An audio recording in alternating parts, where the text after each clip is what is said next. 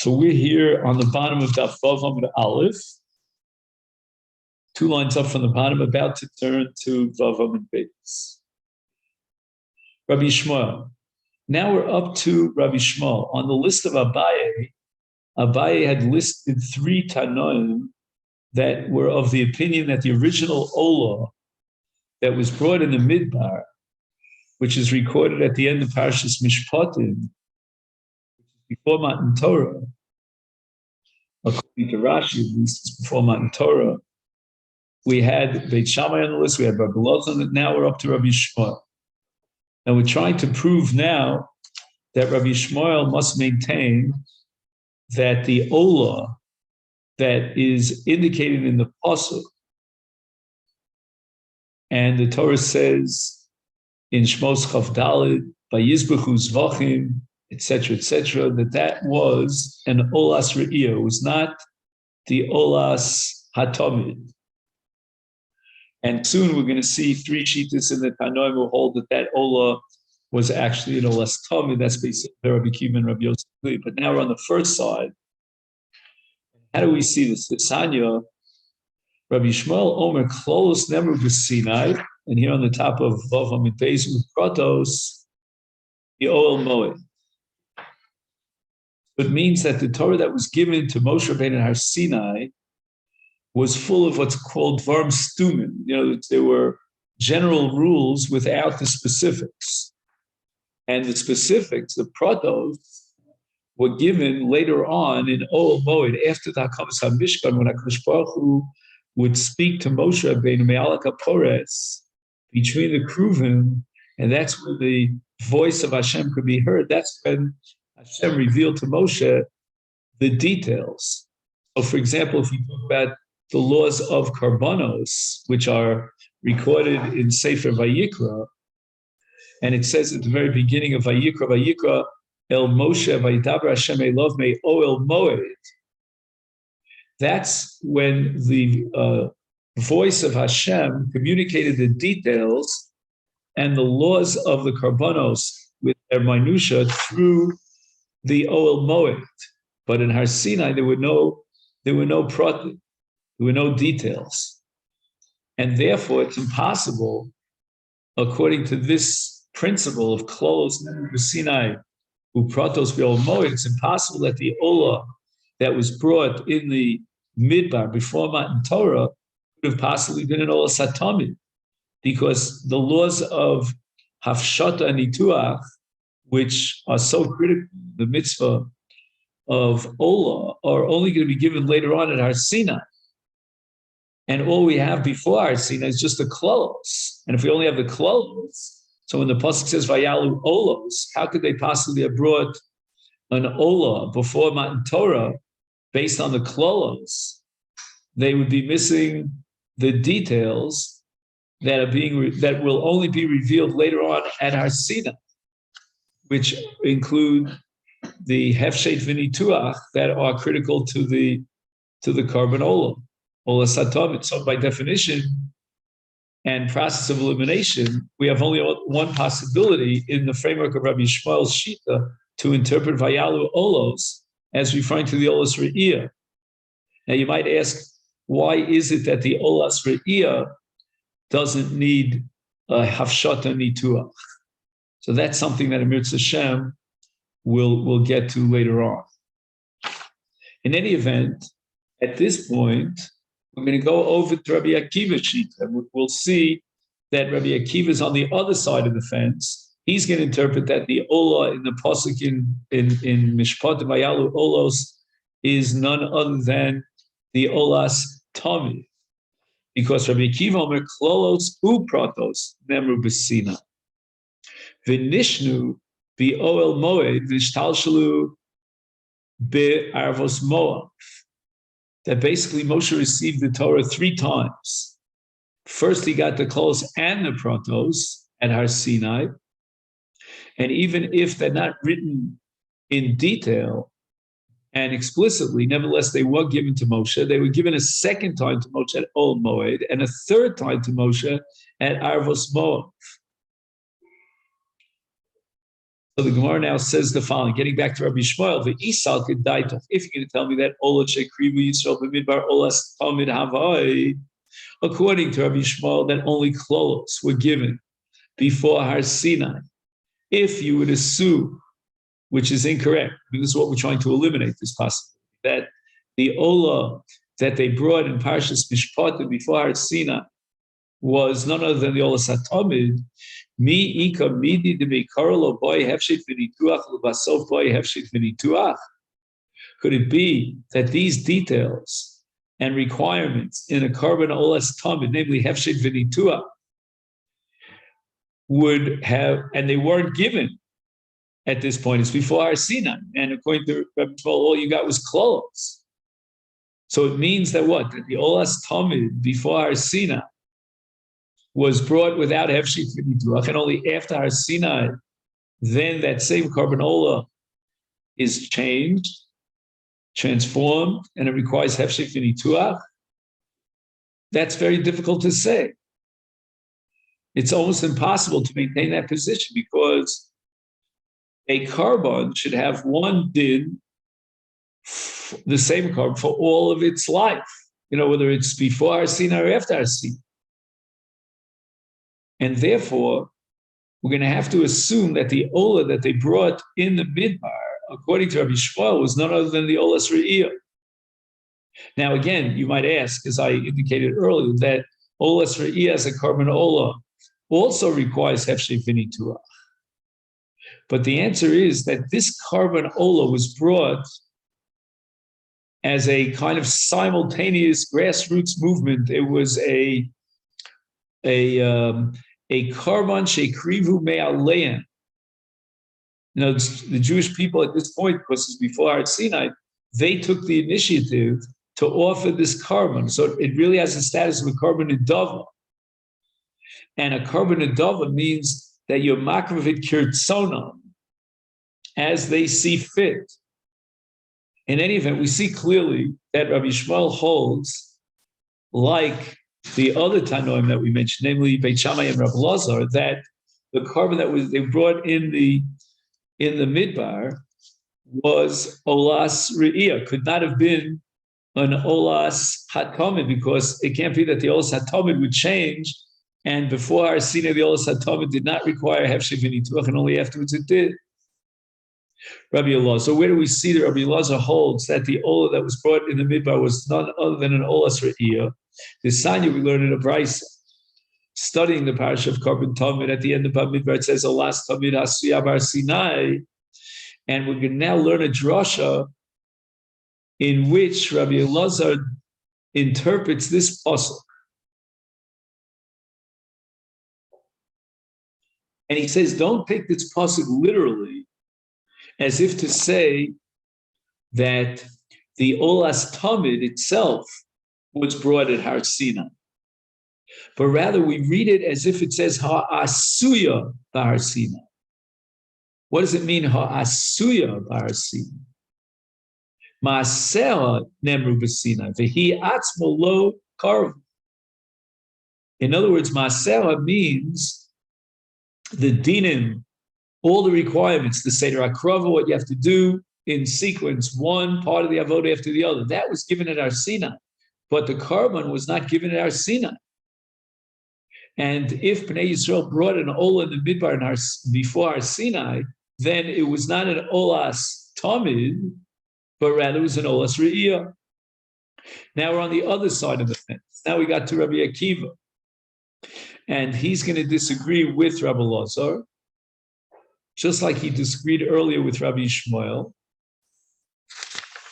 And Rabbi Akiva Omer, when it says Asuya Bar Sinai, we understand this kipshuta, that the Olas Hatamid Karva was brought at Har Sinai. In other words, from the time that Klal Yisrael reached Har Sinai, let's say it was the 5th of Sivan, according to Rashi, they brought the Olas Hatamid, V'shuvlo Pascha, and they continued bringing that same Olas Hatamid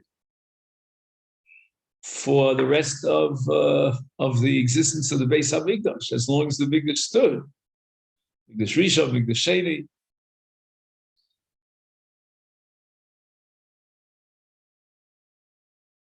Ella, Mani Makayim. How do we interpret now? This is Rabbi Akiva's kasha, so to speak, on himself. And again, we'll have to come back to the question of Nitua and Afshata, but in any event, how would I understand the pasuk in Amos when the Navi gives Tovchacha to Klal Yisrael? And he asks in a rhetorical question, Hazvachim ubincha igashtem li b'midbar abayim shana beis Yisrael. You never brought the karbanos during the 40 years in the Midbar. Now, what does that mean? Why wouldn't Klal Yisrael bring karbanos? They had the Mishkan, they had a Mizbeach, but the answer is because they were nizufim l'fnei Hashem. They were sort of like rejected by God. Whether it's because of the Chet HaEgel, or perhaps because of the Chet HaMarag. Let's assume it's because of Chet HaEgel, this week's parasha. So they didn't bring any karbanos. Because of their sins of major proportions, they were nizufim. In any event, it seems clear from this pasuk in Amos that Klal Yisrael the Midbar did not bring zvachim. So how can Rabbi Akiva say that the Olas HaTomid was brought below Pascha? But the answer is that when the Navi speaks about the fact that Klal Yisrael did not bring karbanos because they were nizufim, that is true. They didn't bring zvachim umincha b'midbar, but that's only as far as Klal Yisrael is concerned. 11 out of 12 shvatim. But Shiftel Shel Levi, but there was one shevet that actually did bring the karbanos. And why Shevet Levi? Shlo Avdu Avodah Zarah. They were not nizufim because they were not participants in that catastrophic sin of Egel. Vehemi Krivu Osa Mishalem. They brought the carbon tamid from their own money. And that's the same carbon tamid that Rabbi Akiva describes as Karva V'Shuvlo Pascha. But Klal Yisrael themselves, the rest of the balance of Klal Yisrael, they truthfully did not bring zvachim from their own monies, and that's why the Navi lashed it into them. But we learn one thing from this price, that even Rabbi Lazar holds that the Ola that they brought, Klal Yisrael brought the Midbar, was the Olas Re'iyah. And now we go to those Tanoim that Abai mentioned, delineated, that they hold that the Ola was an Olas Tamid. Beis Hillel, we've already mentioned before, the Beis Hillel holds that Re'iyah is Ma Kesef, Chagigah is Shtei Kesef. The Chagigah was Lifnei Adibur, but not Re'iyah. So that we said that why does Beis Hillel come to the conclusion that Chagigah requires twice the amount of outlay of money of Re'iyah? Because what is Chagigah unique? What's special about it? Because it exists before the Dibur, even before we were commanded at our Sinai. Whereas Re'iyah only emerges as a chiyuv after our Sinai, with the pasuk of Lo Yira Kol Schurcha. So when the Torah says Hekrivu Olos at the end of Parashas Mishpatim, that must be an Olas Tamid. And Rabbi Akiva Anami Amor, we already mentioned Rabbi Akiva in the Brisa, that he holds that Olas Tamid was the carbon oil that was brought at Har Sinai. But where do we see in Rabbi Yossi Agmili, he also agrees to Beis Hillel and Rabbi Akiva that the carbon oil in the Midbar was none other than the Olas HaTamid. The Sanya. Okay, now we have a complicated Brisa. Rabbi Yossi Agmili Shalosh Mitzvos Nitztavu Yisrael Ba'alosam L'Reg. There are three karbanos which have to be, three categories of karbanos which have to be brought on the regular, because the Torah says Shalosh Pam Bashana Yira Kol Schurchas Pnei Adon, and they are Olas Re'iyah, Shalmei Chagigah, and Shalmei Simcha. So Olas Re'iyah we derive from the pasuk Shalosh Pam Bashana Yira Kol Schurchas. Shalmei Chagigah we derive from Shalosh Regalim Tachog Li Bashana. And Shalmi Simcha from V'samachta b'chagecha.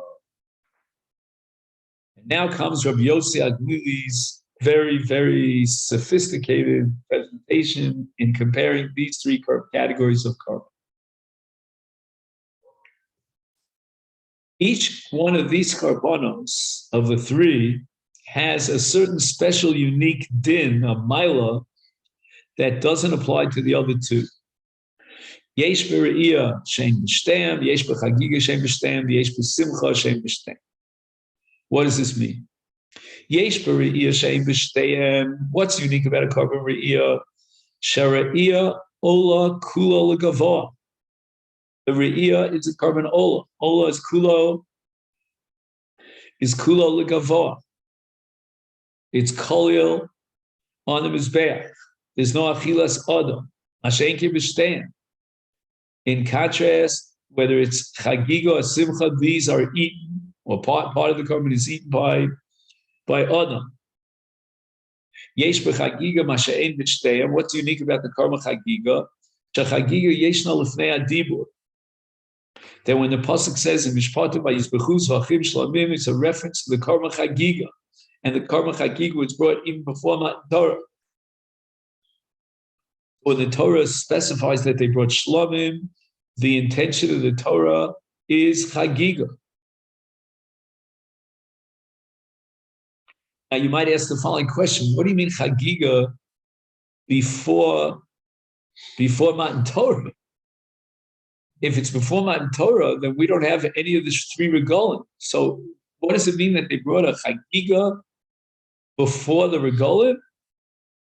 That doesn't seem to make any sense. I mean, the korban Chagigah is brought during the regal, right? Shalosh regalim tachol li b'shana.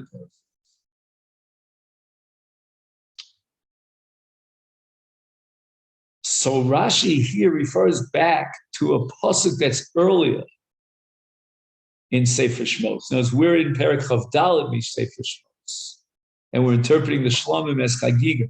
But if we rewind to the beginning of Sefer Shmos in Perek Hey, it says to Klal Yisrael were commanded in Mitzrayim v'yachogu li b'midbar, and we're interpreting now the word v'yachogu as a reference to korban Chagigah. So already in anticipation of Yetzias Mitzrayim, the Torah gave the korban Chagigah, which was brought at the end of Parashas Mishpatim. Masha'en b'shtein, which means that doesn't apply to Re'iyah or Simcha. So again, it's quite clear that according to Rabbi Yossi Aglili, the Olas Re'iyah was not the korban that was brought on the 5th of Sivan at the end of Parashas Mishpatim before Har Sinai, because it says Masha'en b'shtein. He's excluding Re'iyah from Kodem Matan Torah. So therefore, by prasal elimination, according to Rabbi Yossi Aglili, we must assume that it was none other than the Olas HaTamid that was brought before Har Sinai. And finally, Yesh b'simcha mashem b'shtem shesimcha noeges ba'anoshim u'b'noshim. Right? The Torah says v'somachta atah u'veisecha, and veisecha means ishtecha. And from here we derive that the mitzvah of simcha applies not only to men but also to women, even though it's a mitzvah seishes man grama. But the pasuk indicates that women are obligated. Masha'en came b'shtem.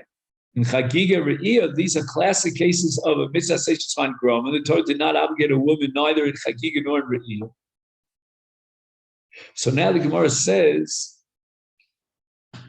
that I'm not sure, we cannot be sure that Rabbi Shmuel actually holds that the original korban at the time of in Parashas recorded in Parashas Mishpatim before Matan Torah was the Olas Re'iyah. Maybe it was an Olas HaTamid.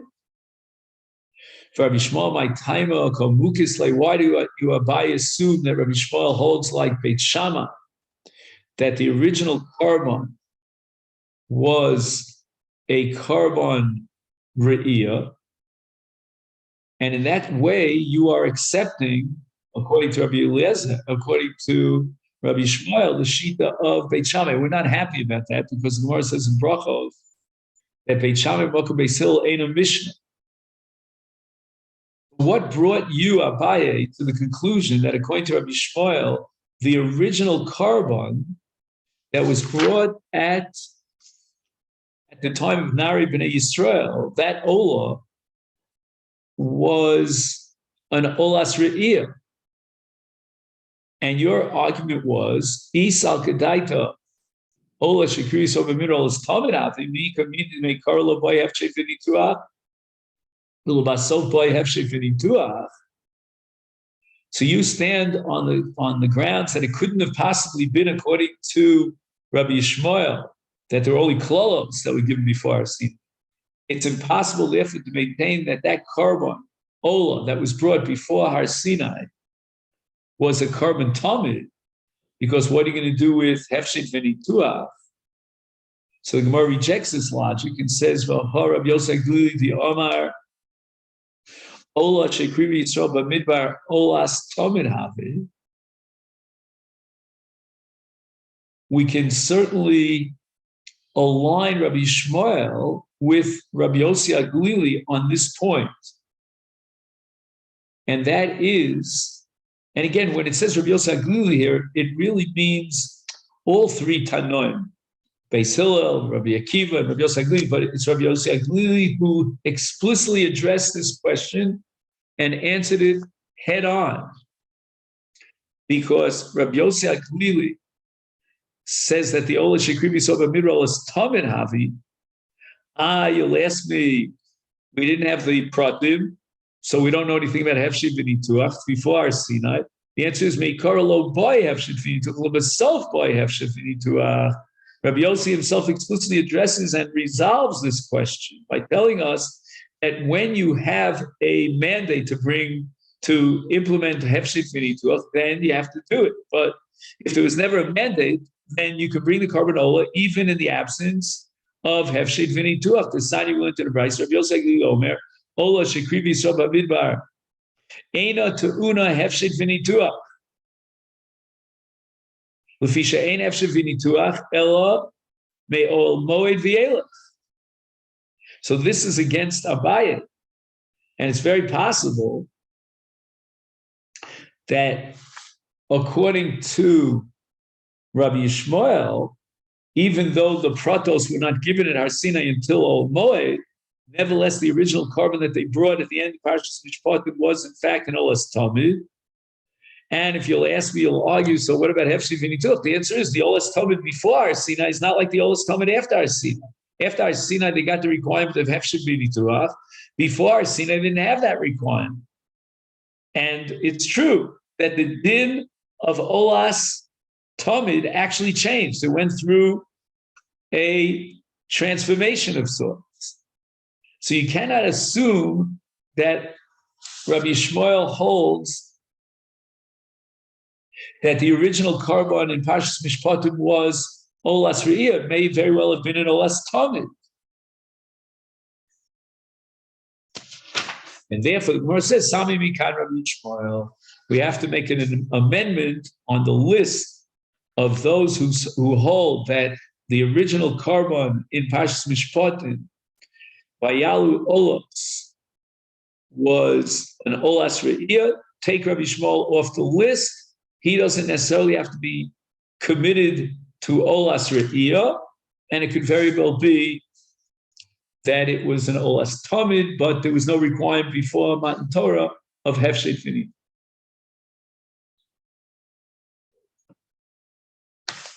Now, at this point, the Gemara quotes a suffix of Rav Chizda with regard to this pasuk of the Ola that Klal Yisrael brought in the Midbar before Har Sinai. Boy Rav Chizda, Haikra Hechik Siva. How do we read this pasuk? It says, Vayishlach es Nari b'nei Yisrael vayalu olos kvasim. And then it says, Vayizbukum zvachim shalom l'Hashem parim. So 1 second, I read one extra word here. Let me correct myself. It says, Vayishlach es Nari b'nei Yisrael vayalu olos. And the Torah doesn't specify what animals were brought for these olos. So one possibility is that it was kvasim, because a classic carbon ola is kvasim. But there's another possibility because the pasuk ends by saying, "Vayizbechu zvachim shlom Lashem parim." They brought not only olos, but they also brought shlomim. The shlomim, the Torah says explicitly, were parim. So it's possible that the olos came from kvasim, and the shlomim, as the Torah says explicitly, came from parim. Odilim, perhaps. Idi v'idi parahav. Maybe the olos and the shlomim were both parim, which would mean that we read the pasuk as one continuous pasuk. To say the Reish and the Sefer are to be combined. So the word parim is going back on olos as well. So the Gemara asks, "My nafkamina, what are you wasting your time, so to speak, in vacillating back and forth on a question that's totally theoretical and hypothetical, has nothing to do with reality? Because mashahoya hoya, well, what din are you going to derive from this? You're only trying to figure out which carbon ola did they bring. Did they bring it from kvasim, or did they bring it from parim?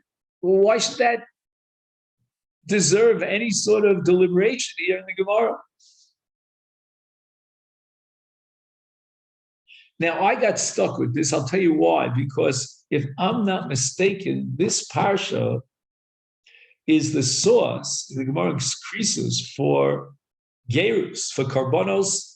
You know, a ger needs milut, tefillah, and a carbon. Which carbon does he bring? I mean, does he bring from parim? Does he bring from kvasim? I don't know. I don't know enough. We have to research more about gerus and which carbon the ger has to bring. Sutra Omar, the nafkamina is going to be lepisuk tamim, what we call trup. Do we split the Reish and the Sefer?